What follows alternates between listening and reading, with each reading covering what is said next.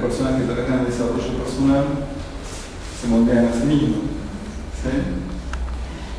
Para empezar, vamos a empezar con un ejercicio, si se quiere, les propongo que se pongan de pie un momentito. Así están moviendo sobre la PNL. Consideremos hoy, voy a hablar mucho de la PNL, es muy vivencial. ¿Sí? Y lo que vamos a hacer, manteniendo, digamos, la cintura hacia adelante, los pies paralelos, vamos a llevar una de las manos hacia atrás. ¿Sí? Hacia el punto máximo, hacia el punto máximo donde pueda llegar. Y le vuelvo a repetir esto, por favor, el punto máximo donde pueda llegar. ¿Sí? Bien. Y ya está, sin jorobarse la columna, vuelvan hacia adelante. ¿Tomaron registro hasta donde llegaron? Sí. ¿Sí? Bien, ahora voy a pedir que cierren los ojos y vamos a apelar a otra función de nuestra mente. Vamos a recordar el movimiento hasta donde llegaron. ¿Sí? Y ahora vamos a apelar a otra función de nuestra mente que va a ser la parte imaginativa. Y vamos a imaginarnos que llegamos un poquito más allá de donde habían llegado recién con el brazo. Imagínense que lleguen un poquito más allá. Es necesario que se asocien para que el ejercicio tenga su resultado. Imaginen que llegan un poquito más allá. Fantástico. Ahora abran los ojos y vayan con la mano hacia el lugar donde llegaron con su imaginación. Bien. ¿Listo? Volvemos. Tomamos, sentamos.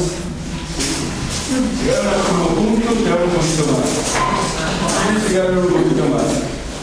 ¿Sí? Ahora levanten la mano y hagan con lo que pudieron llegar un poquito más. Fantástico. La mayoría. ¿Sí? Que la mayoría. ¿Qué pasó ahí? ¿Sí? ¿Se dieron cuenta de lo que pasó? Hay un punto donde yo les digo, repetí 3 veces. Vayan hacia su punto máximo. Y les dije, presten atención a esto, lleguen hasta su punto máximo. Y después recurrimos a la parte imaginativa, nos ensoñamos y podemos ir un poquito más allá. Cuando la primera vez hubo una voz dentro de nosotros que nos dijo hasta acá. Dice, y yo sin embargo les dije, por favor, lleguen hacia su punto máximo. ¿Sí? Entonces, eso es una metáfora viva. Es decir, esto tiene que ver con que nosotros vivimos dentro de las fronteras, digamos, de nuestro hemisferio izquierdo y que hay una realidad mucho más grande a la cual generalmente no la habitamos porque no nos permitimos soñar. ¿Es así? ¿Sí? Es decir, hay una mente consciente y hay una mente inconsciente.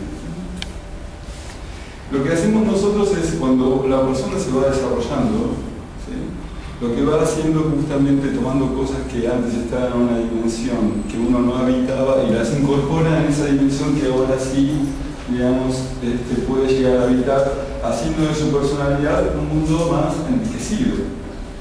La programación neurolingüística dice que las personas no sufrimos porque no tengamos recursos, sino porque vivimos en versiones condicionadas, limitadas, empobrecidas de nuestra propia realidad. Hoy, de alguna manera, digamos, el mundo con sus cambios nos invita a que necesitemos reflexionar o cambiar nuestros paradigmas para adecuarnos o adaptarnos a una realidad justamente que es cambiante. ¿Para qué? Para poder sentir que podemos fluir en una congruencia personal. Congruencia personal es percibir, pensar, sentir, decir y hacer. ¿Sí? Ocupa una dimensión interna y una dimensión externa. ¿Hasta acá me siguen? ¿Sí? Bien, es decir, nosotros a esta personalidad, digamos, en programación neurolingüística que llamamos MAPA. ¿Sí? Es decir, dentro hay toda una serie de información que nosotros tomamos del campo y la filtramos y nuestra conciencia se divide en nuestro hemisferio izquierdo y en nuestro hemisferio derecho y construimos nuestra realidad. Nosotros miramos la realidad a través de estos mundos descriptivos que nosotros nos construimos de nuestra realidad y a la hora de expresarnos simplemente tomamos una partecita de esta y comunicamos una breve parte eliminando información, distorsionando información y haciendo generalizaciones. ¿Sí?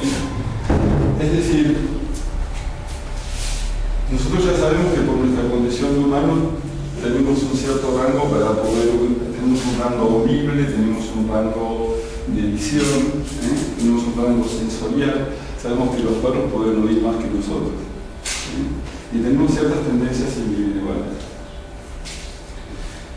El hemisferio derecho piensa en películas, el hemisferio izquierdo le saca fotografías, y uno se enfoca en una parte simplemente de esa fotografía, y a la hora de comunicar no puede explicar toda la fotografía porque sería demasiado. Son como esos personas que nos encontramos que nos empiezan a contar toda la historia porque está viendo una fotografía y está viendo esa parte de la fotografía y quiere comunicar eso que está ahí, y es muchísima la información que hay.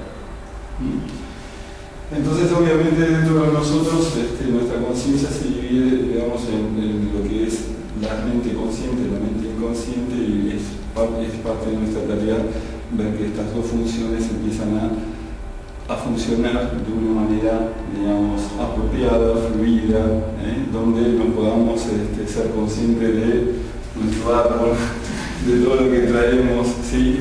Como para poder empezar a hacer algo en correspondencia. Ya el hecho de tomar conciencia de las cosas ya cambia porque nosotros podemos estar viviendo en un cuarto oscuro, pero si en un momento se enciende la luz, es como en ese destello podemos darnos cuenta de los objetos que están en esa habitación o qué es lo que hay en esa habitación. En ese momento que tomamos conciencia, por más que se apague la luz, ya no es lo mismo. Ya por lo menos eso nos genera cierta libertad para poder movernos porque ya tenemos información. ¿Sí? Fundamentalmente, si tendría que explicar qué es el coaching, en realidad es una escuela de autoconciencia. Es decir, cuando uno se vuelve autoconsciente, puede empezar a ver. Es una de las funciones de las que habla del chamanismo, de la que habla Krishnamurti, de la que habla, en realidad, en el fondo, todas las filosofías y las escuelas de desarrollo personal. ¿Por qué esto? Nuestra atención es limitada. Nosotros no podemos atender muchas cosas. Nuestra conciencia es algo que está en desarrollo. ¿Sí? La conciencia en la historia del hombre, en la historia de la humanidad, no tiene tanto tiempo, tanto desarrollo. Entonces, fundamentalmente necesitamos adueñarnos de nuestra atención. Hay un estudio que hizo un psicólogo americano en el año 56, Miller, que nosotros podemos atender entre 5 y 9 cosas. No podemos atender más cosas. Después se satura nuestra atención. Esto lo saben los ilusionistas, lo saben los estafadores, ¿sí?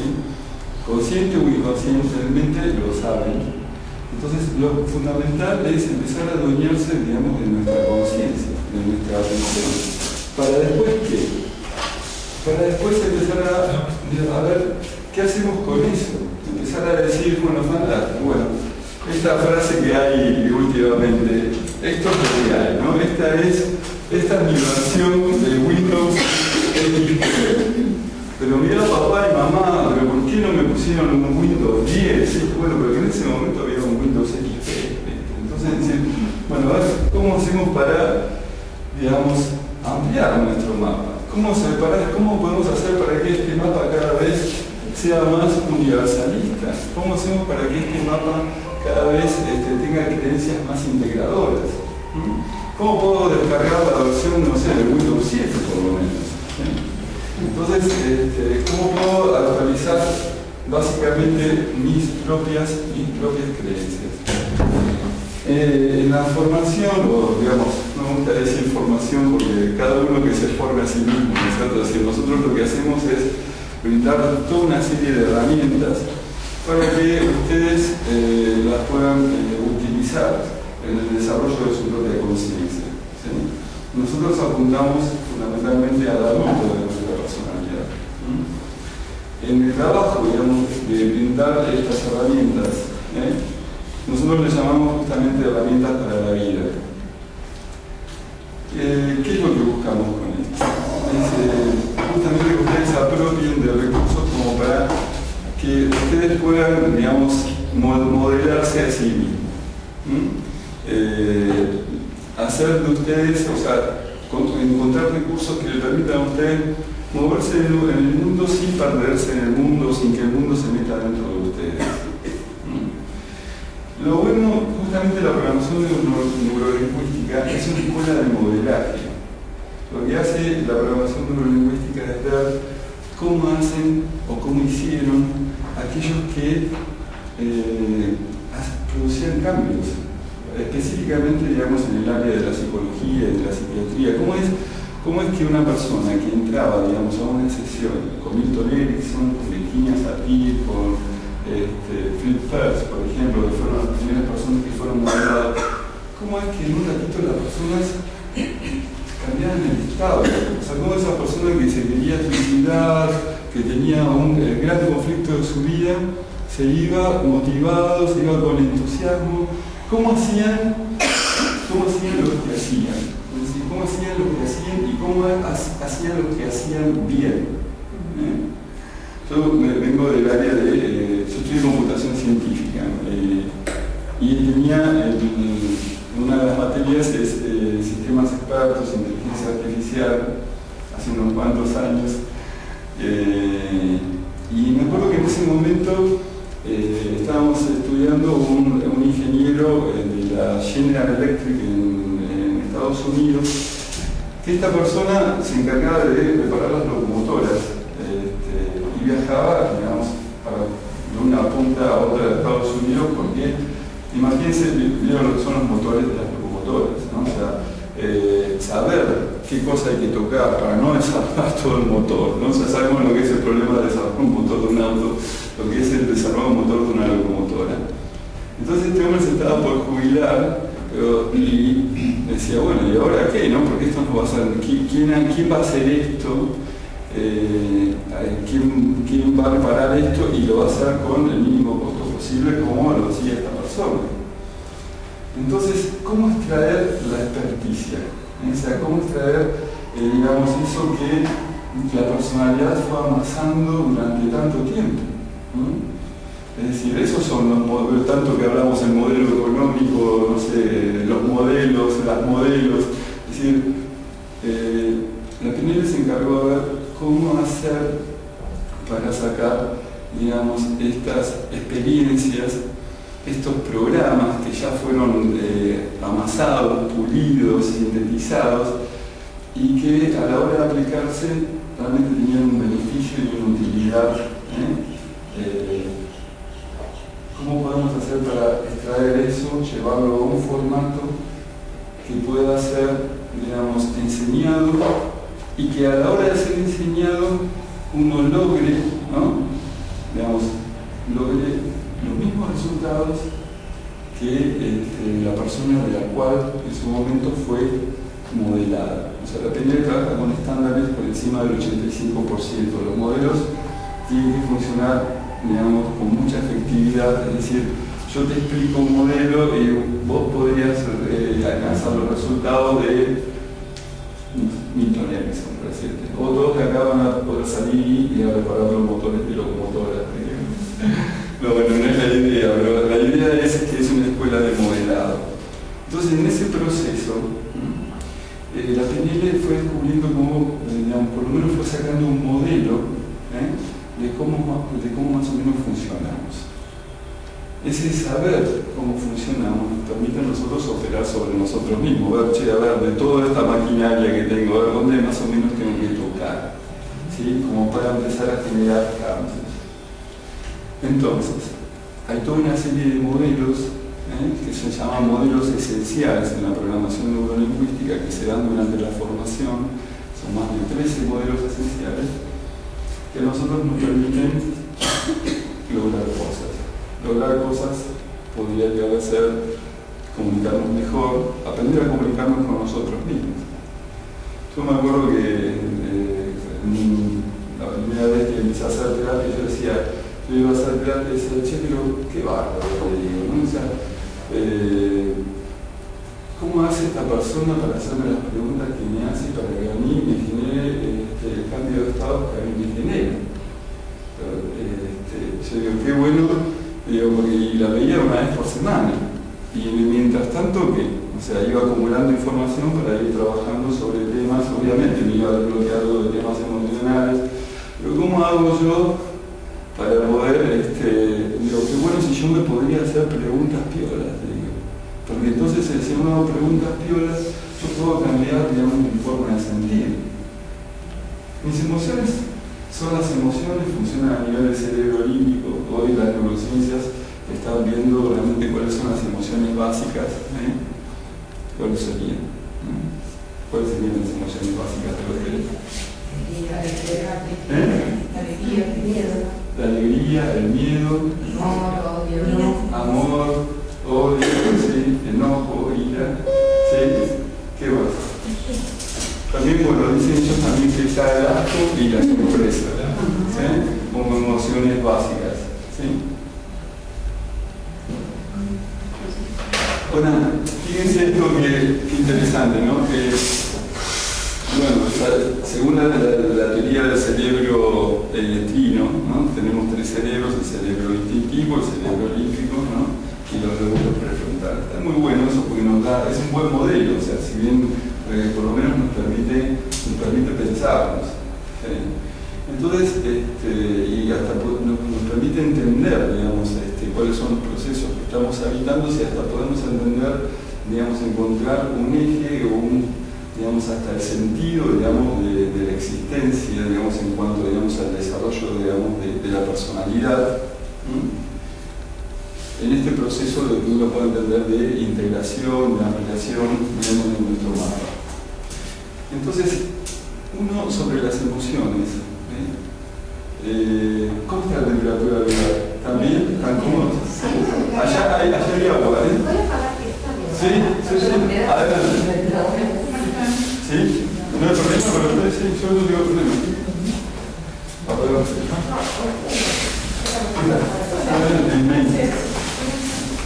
Fíjense, o sea, todo esto que de alguna manera, esto que plantea la inteligencia emocional, el primer paso, esto está hablando, digamos, ser personas autoconscientes, o sea, empezar a adueñarnos de nuestra atención. El chamanismo, ¿no?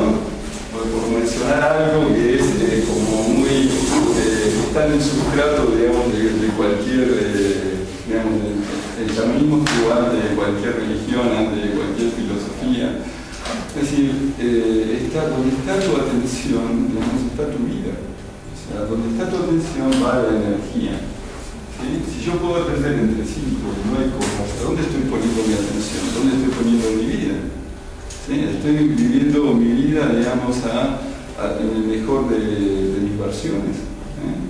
Estoy operando, digamos, en mi vida, digamos, estoy haciendo, como dicen en constelaciones familiares, estás haciendo, digamos, estás teniendo una vida útil, estás haciendo, pero no porque sea productiva, sino porque sea beneficiosa para vos, porque estás viviendo de la mejor manera.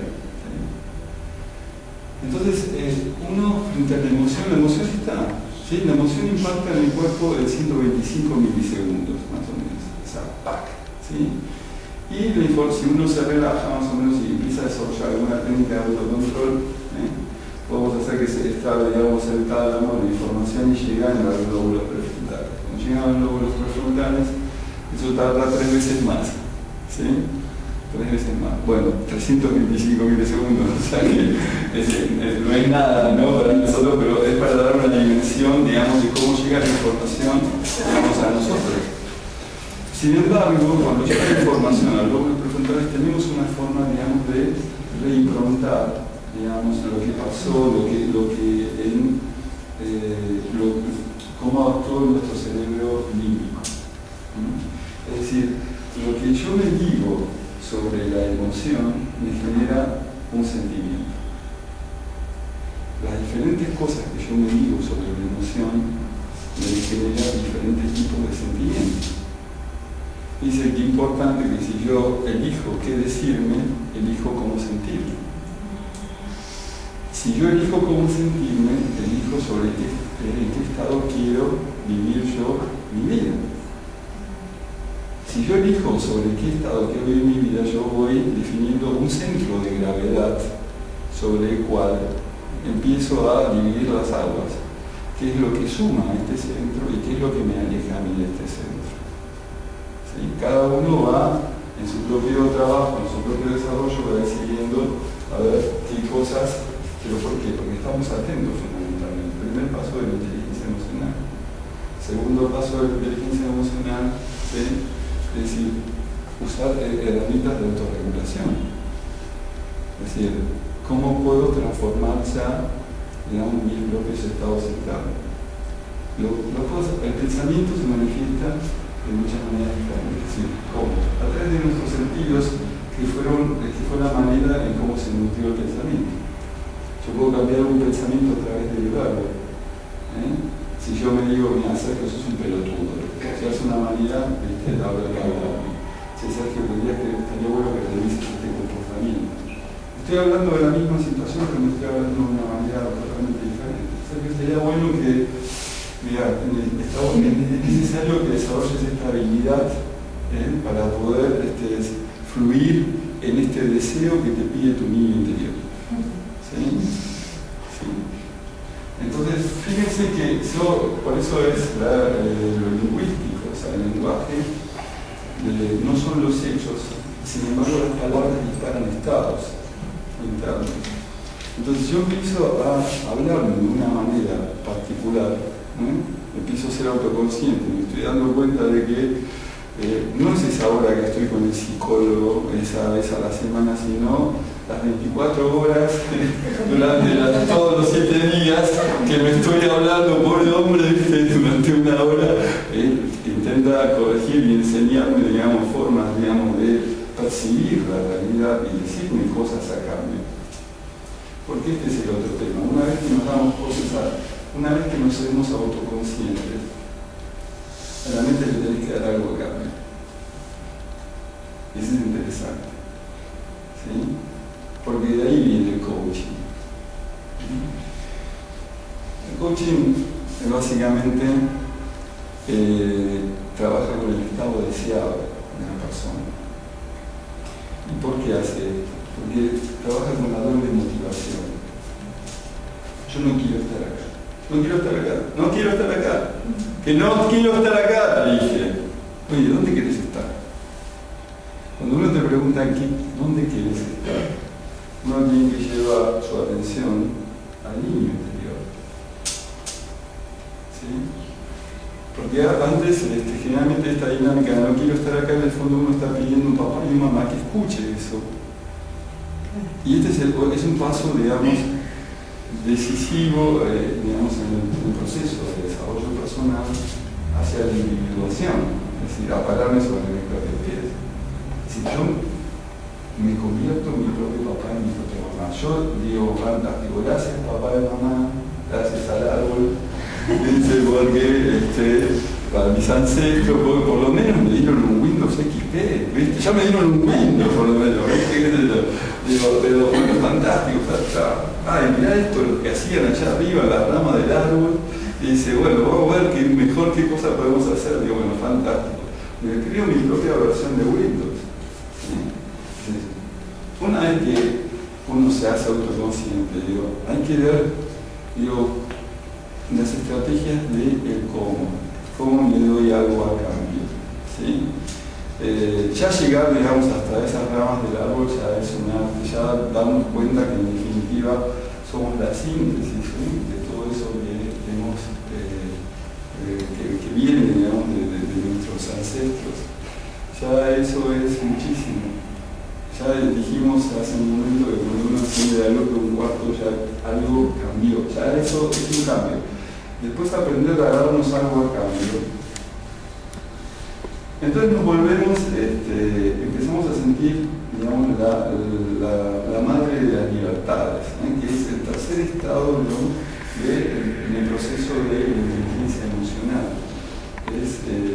Digamos, empezamos a sentir autoestima, empezamos a sentir confianza, empezamos a sentir seguridad. ¿Quién es el que siente confianza y seguridad dentro de nosotros? Es nuestro niño interior, porque finalmente hubo un adulto que tomó el toro por las astas. ¿Sí?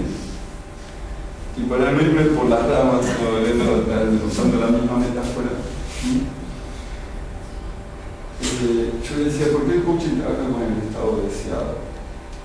Porque subirse a un taxi y decirte, sacame de acá, ¿sí?